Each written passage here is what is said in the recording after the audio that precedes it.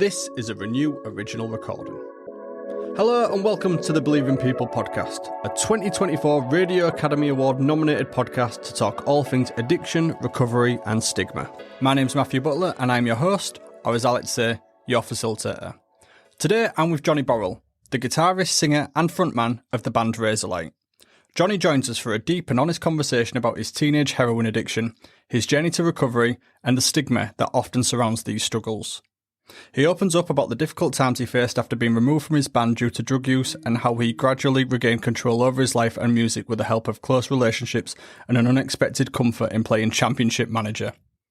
As we explore this a little further, Johnny reflects on the immense pressures he experienced while recording his first album, which led to a relapse, and we delve into the stereotypes musicians frequently encounter, as well as the common misconceptions and tribalism about drug use within the music festival scene. Johnny, thank you so much for joining us on Believe in People. Thank you for having me. It's wonderful to have you here. Obviously conscious of time and just here backstage at Live at the Yard, so I've got a few things that I want to talk to you about today, primarily about your addiction. Mm-hmm. You've been very open about your struggles with heroin addiction at a young age. Can you walk us through the moment when you realised that you needed to change, and what was the turning point in your decision to go cold turkey? Yeah, I see. We're gonna have a meaningful. We're gonna have a meaningful interview. I like this. I like this. Okay, so dispensing with the usual chit chat, which I really appreciate. I think like most heroin users, there's not one time, because you try so many times, you try and fail, and but I do have one. I have one memory, which was I can't remember how old I was. I must have been 18 or something like that, and I was playing bass in a band. There's a guy called Ben Smith who had a band called Stony Sleep, and then he had a band called Seraphim, and I really respected him as a writer. And I joined the band to play bass, and it was going pretty well. And then he'd had some problems with his previous bass player, who was a friend of mine as well, who was jacking up and all that. And then he fired me after about 4 days. Yeah. And I remember standing there and he was like, "Listen, I'm really sorry, but I've got to fire you because I just can't, I know that you're using and I can't do another band," because he'd had a big record deal that had fallen through, and he's like, "I can't do another band with someone that's using." And I remember standing there and I remember I was ready to just go into full on denial, like double down and just go, "But I'm not using, man." You know how it is, shades on, you know what I mean, to cover the pins. And I'm like, "I'm not using, man." And then I just kind of I just thought I used to try and dress like Peter Cook, right? And I was wearing like the pinstripe suit with like this red t-shirt with no sleeves and like these trainers, right?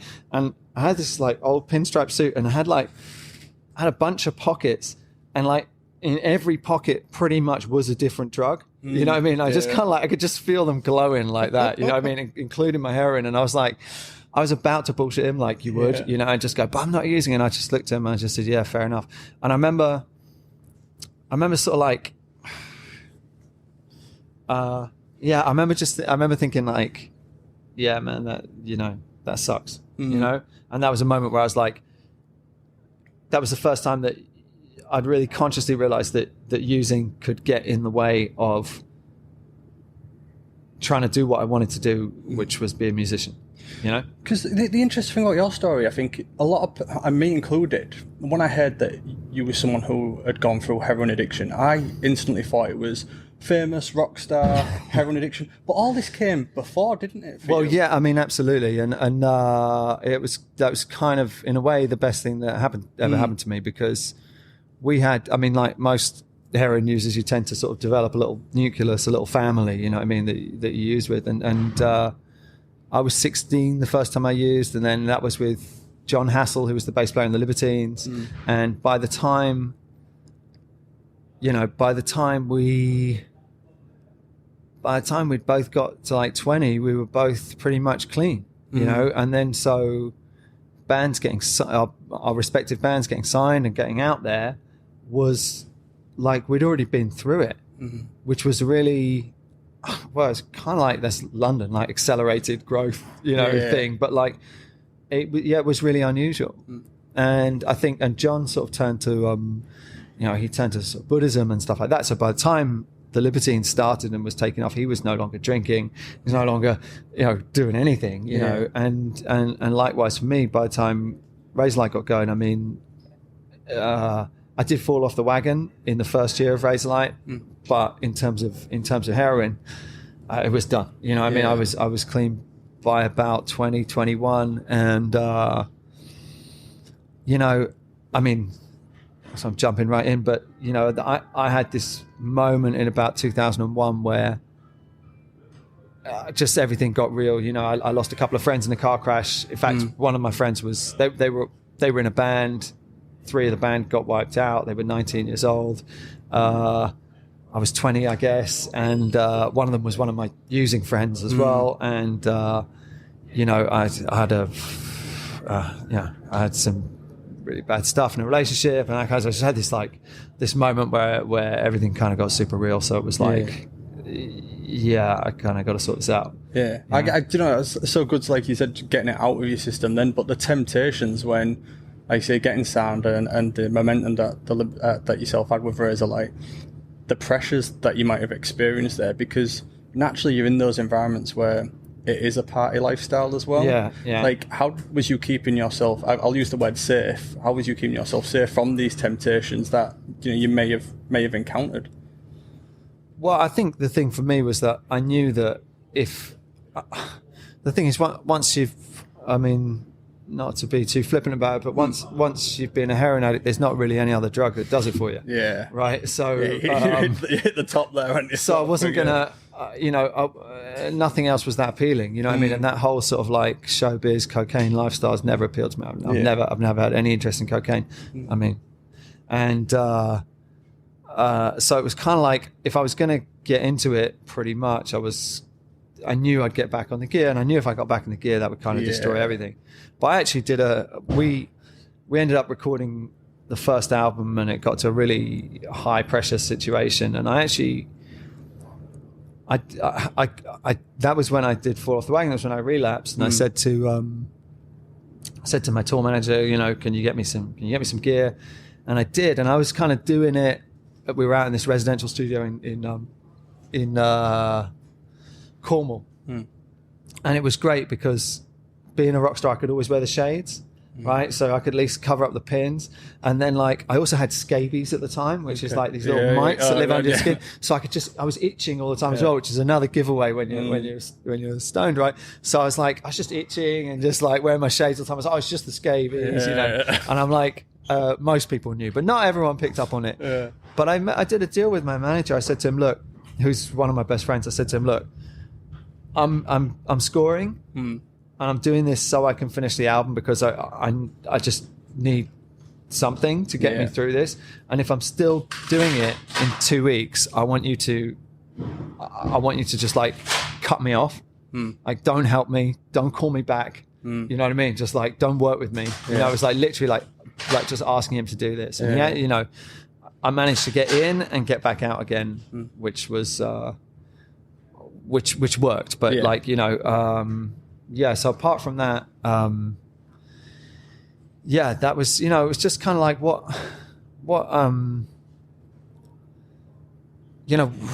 for me was like, music was always sort of been the first thing, you know? And anything that was going to get me in the way of that, for me was I was going to turn away from that eventually. I like that, because I've spoken with so many people who've kind of gone through, heroin addiction, and for a lot of people, they haven't been able to put anything above that addiction as a way of kicking it, in terms of even the children, things like that. Heroin is always coming at number one. So it's really interesting. Like, shows how passionate you are about music and making a success of it, if you was able to put something in front of heroin. Yeah, but it's hard. Oh, absolutely. Oh my God. And the thing is like that like, getting clean is one thing, but then staying clean, so hard. And you're like, I was lucky, man, because I had a girlfriend who was from Belfast, and I went with her out to, I got my script and all that, and then I went with her out to Belfast, and I didn't know, I'd never been there before, but that was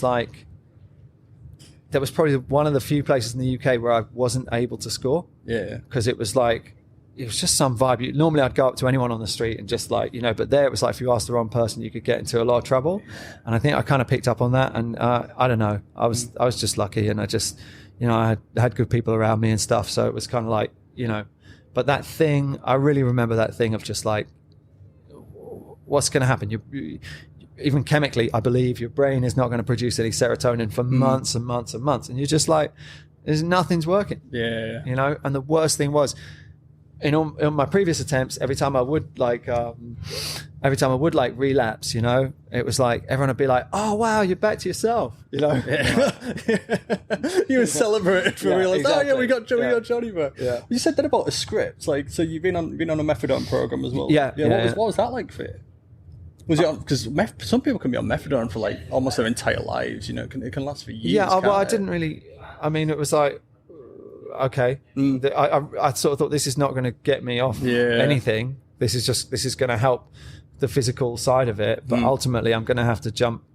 It's like I'm standing on the bridge over the water, and I'm going to have to jump at some point. Yeah. So it was kind of like, at some point I'm going to have to jump. So the cold turkey thing, I read a story. Was it Championship Manager or something that you spent so much time on? Like you gotta talk to me about that, because if that is a way that someone can kick a heroin addiction, we need to hear it. Like, what's that story? Champ man. I don't know if probably. Yeah. I mean, like like a lot of blokes of my age, I've probably killed a lot of time. Playing champ manager and or football manager as it's called now, right? And I'm pretty sure. Like just sort of like, there was a sort of period, like I said, in that thing where when you just don't feel good about anything. Yeah. So you're breaking it down. I would try and break it down into the tiniest steps imaginable. Yeah. Because if you tried to think like, how's anything going to be good from here, it was just impossible. But I'd go to myself, okay, I feel like shit. What can I do in the next 5 seconds that might make me feel better? Yeah. And it literally to the point was like, I'm going to walk to the other side of the room. Right? Okay, I've got to the other side of the room. I feel shit. Okay, what am I going to do in the next 5 seconds that might make me feel better? Do you know what I mean? It was literally taking it minute by minute at times. I like that because I hear people say, sort of the whole 1 day at a time. Yeah. That is the mantra. But at times it was like minute by minute. And that's what I mean, minute by minute is incredible. You're literally going like, well, what other choice have I got? Yeah. Like, I cannot see how like a week from now is going to be any better than this or anything. Yeah. But if I can make a 0.00001% improvement on how I feel right now in the next 10, 15, 20 seconds at times, you know what I mean? Yeah. Then let me try and do that. Yeah. And that was kind of my process. But I mean, I was like, many hours of champ man. I just love that. We're talking then about methadone and prescriptions for methadone. Like, let's prescribe people, 2 weeks solid on champ manager. But I remember you used to have this tower computer like this big, and like it'd be sitting there, and I was sort of waking up like 6 in the evening and start playing champ man, go to sleep like 7 the following morning, just sitting there just like addiction is often accompanied by a significant amount of stigma, both self-imposed and obviously from society as well. How do you deal with the stigma surrounding your addiction, especially as a public figure? Like when that came out or anything, was you worried about those stories? Well, it's kind of weird. It's kind of the opposite way for rock stars. It's kind of the other way around. You celebrated almost. Completely. Yeah. And so I was like, for me, it was kind of like I never felt like there was any stigma particularly, and it was like it was almost the opposite. I mean.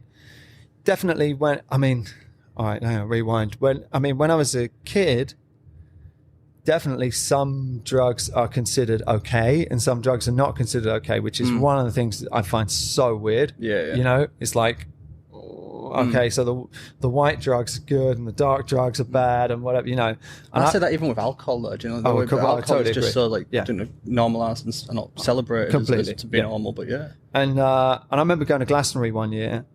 And I was sort of in a phase of I suppose chipping. I wasn't doing too much gear, and but I took a bag with me, and I went to watch the Manic Street Preachers in the field, and everyone around me is like smoking a joint or popping their pills, all that kind of stuff, and I was obsessed with the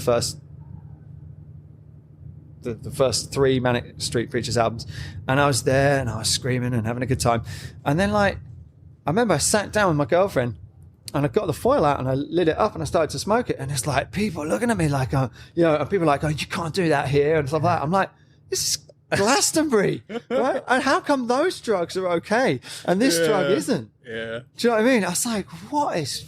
But that kind of tribalism that humans have, I just find so bizarre. Yeah. But anyway, so I think, but that's like the other side of it, and it's a very dangerous place because, I was saying like, you can very easily end up in that situation where everyone wants to do a line with you, everyone wants to, do a shot with you, everyone wants to, whatever with you when you're in a band and all that kind of stuff, and that's why I always say, like, for myself, like for John Hassel and the Libertines as well, like we kind of did it when we were kids, and it was just like we weren't interested once we got there. And obviously I got so many friends in music that's not the case for whatsoever, and it's like that they got really stuck in this thing where, like, I mean, imagine you're famous for being a great songwriter, a great musician, and a junkie. Well, everyone wants to hang out and be your buddy and like, fix with you and whatever. And like, I don't know, like, I mean, I imagine that's got to be a really tough place as well. Because it is the stereotype. I'm just thinking there's a scene in School of Rock where like the drummer, the kid, he goes out and he's hanging with this band, and they're like obviously smoking weed and stuff, and Jack Black's character comes on. And it's like, oh, I'm just hanging out with some real rock stars. It's like, no, these aren't real rock stars. These are posers, sort of. Right, thing. yeah. And the idea is that, like you said, the stereotype there, I suppose, in some ways, that rock stars are all, junkies and heroin addicts and shit like that. Sure, yeah. In terms of just talking sort of Razorlight's past, Razorlight's music resonated with a generation, and now you're back with new material. How has your approach to writing and performing changed, and how do you incorporate those life experiences that you've had into your music? Yeah, I mean, I think writing songs for me is just it's just an avenue for me to talk about my experience of life and everything. So my life just always flows into the songs, and that's it. I never control it. It comes when it wants to. I mean, I work at it, but it just, the good stuff comes when it wants to. And if that's it's just like a route, a pathway, that just comes through. I can't think of anything more difficult than writing a song. Yeah, me neither. No, honestly, if you asked me to write a song right now, I wouldn't be able to do it. No, not a chance. Right? Do you know what I mean? Like, you're like, I can write a song about a sofa. I'll be like, it'd be the worst song ever. Yeah. So it's just that when I think about it, like, obviously you've had hits as well. To get to that point of it blows my. As someone who's like not in this field of music, absolutely. I think it's amazing when people play the guitar, though. I'm like, holy shit, you can play an instrument, Like, I'm so basic with that. But it's like the way I always think of it, like, you go up to a stranger and start a conversation with them. You got to find your route through it pretty quickly. You got to work out where you both land in the same place, and the empathy and everything. Yeah. And I always think with songs, sometimes the first line just comes to me, and when it does, the rest of the song comes. Yeah. Because it's just like I'm having a conversation from then on. Yeah. But finding that first line, or that first line finding me, has to happen, and that happens never. Yeah, I like that though. This is a good way of looking at it. No, you're completely right. Yeah, because some stranger I will absolutely gel with, and then totally. Others it's just like this and that, and then like trying to find, like you were saying earlier, like, oh, I've had an excuse to leave, sort of thing. But yeah, it's a difficult one. Thinking about like advice and looking back at your journey, what advice would you give to someone who is currently struggling with addiction of any kind and is considering taking their first steps towards recovery? Oh, it's so hard. That's so hard to answer because, I don't want to come across as preaching. No, I get that. Yeah. Do you know what I mean? But I liked what you said about the nucleus earlier. Do you know about like in terms of people where you're using with, you kind of see it in recovery as well. People have, like you were saying, you banned it then. Well, it's really hard. I mean, the thing is, like, you can only. I don't know. I mean, this is not just for addicts, but I think everyone, you should, if you told the truth every moment of the day for 24 hours, would your world still be the same? Yeah. Or would it like fall apart? Yeah. Right? Fall apart. Right. But that's a test. Yeah. Right? And if you're in a good place, yeah, you're going to pass that test. Yeah. Right? You know, to everyone, to your family, to the people you live with, to the people you work with, to people you care about, people you don't care about. Yeah. Right? And I think addiction is always going to be in those places where we are, you know, hiding from ourselves, hiding something, you know, and I don't know, you know, and that goes for every kind of addiction. I mean, you know, not just drugs, you know, whatever. I mean, people, there's so many kinds of things, you know, that we could ultimately what is addiction? Addiction is a strategy that we're following to try and make ourselves feel better in some way. Right. And that could be helping people. That could be, you know, crack cocaine. I mean, it could be anything. And it's a tragedy because we're following a strategy that doesn't work. And we're not seeing that. And things are getting worse, but we're still pursuing the same strategy. You know, people can be addicted to relationships, addicted to love, addicted to people, right? You know, so... But like anything, you can't give anyone any guidance because only people themselves know where they're trying to go. Yeah. You know, once you know where you're trying to go, then we can all see the steps to get there. You know? Johnny, just on the topic of self-reflection then, one of the quotes that I found from you which really interested me, and I just wanted to see if you'd want to talk about it, is you said, I think the second Razorlight album definitely opened the way for a flood of mediocrity in UK music. And that was something that you said with Vice magazine. As you prepare to release new music, how do you think of that with the second album? Yeah, I think what I was saying was that you know, every time that there is a sort of movement, a sort of wave of bands or something like that, it always starts off with really good bands, and then all the record companies realize that, oh, it's cool to sign bands, and they start signing people that are not ready yet because they're too young or just never going to be good enough, never going to be whatever. You know, and so you start off with Pulp, Blur, and Oasis, and you end up with you don't want to say it, do you? I want to say, but like, you know what I mean? I get you. But that always happens, and I think, and that in that indie landfill piece for Vice, that's what I was saying that. I mean, not single-handedly, but with every other band of that generation, from, you know, Kings of Leon, Kaiser Chiefs, Kasabian. Those are just the ones that start with a K, but all the other ones as well. You know, it kind of like, you know, it creates a wave, and then you get a sort of second wave of bands that are maybe diluting the thing. How do you handle the pressures and criticisms from the past while focusing on your current creative ambitions and the upcoming release of your album Planet Nowhere? I mean, like I say, you're doing every day you're doing your thing, you know, and that's the way I've always done. That's the way I've always done this, you know. It's you know, like, I think for musicians it's really simple. Certainly for me it is. I write a song, I go around and I play it. You know, and I meet people, and that's it. You know, and sometimes I think in any career you're going to have.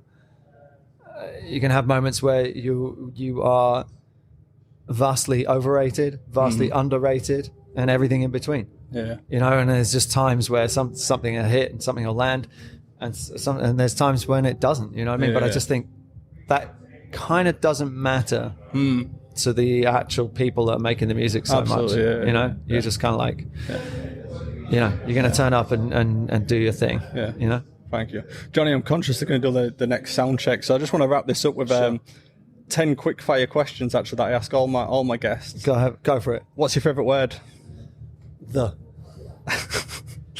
Least favourite word? No. What excites you? Sofas. And especially this stuff. What's this called? Velour? Yeah, something like that. Fantastic. What doesn't excite you? Velour. What sound or noise do you love? It's music. Sound or noise do you hate? Taylor Swift. Favourite swear word? Putain. What profession other than your own would you like to attempt? If you want a if you want a musician, what would you be doing? Pass. No idea. That's fun. What's the worst job you can imagine doing? I don't know. No. That's what. No, it's no offence to the people who do it. No, I would be too offensive. I can't say it. Okay. And then lastly, if heaven exists, what would you like to hear God say when you arrive at the pearly gates? Yes. Yes! Johnny, thank you so much for coming on Believe in People. Thanks, Appreciate that. Thank Cheers. you. And if you've enjoyed this episode of the Believe in People podcast, please check out the other episodes and hit that subscribe button. We're on Apple Music and Spotify, so please like and subscribe to be notified about our new episodes. You can also search for the Believe in People podcast on your favourite listening device, and if you can leave us a review, that will really help us in getting our message out there and rising up the daily podcast charts.